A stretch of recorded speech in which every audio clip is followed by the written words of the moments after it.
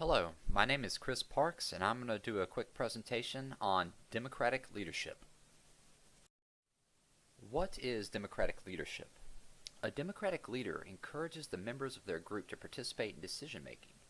For this leadership style, the leader actually wants to hear ideas from everyone, not just themselves. They want to make it democratic, as the name implies.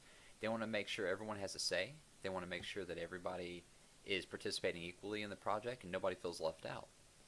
To a democratic leader, individual creativity is encouraged and rewarded.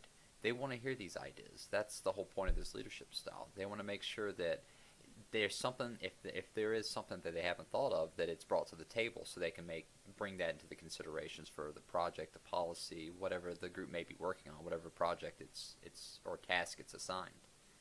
The leader has the final say ultimately, but all the group members are encouraged to give ideas.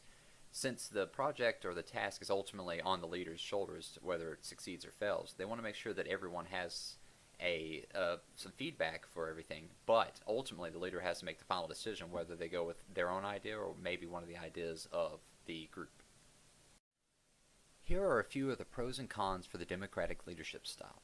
One of the most important pros, in my opinion, is that more ideas and creative solutions can be came up with due to having a large group that are participating in the decision-making process for whatever task you're given. Group member commitment is also higher due to you asking their opinion on it instead of just being more authoritative and just making the decision for them. And higher productivity is generally seen because there's some buy-in from the members of this group, since they're being a part of the project. They're being included in all the decision-making and everything for the project. Some of the cons include communication failures. If the roles and the specific jobs for everyone are not specifically given at the beginning, despite it being a democracy, some things can fall through the cracks and deadlines can be missed. Poor decision making by novice groups. I like to say you don't know what you don't know.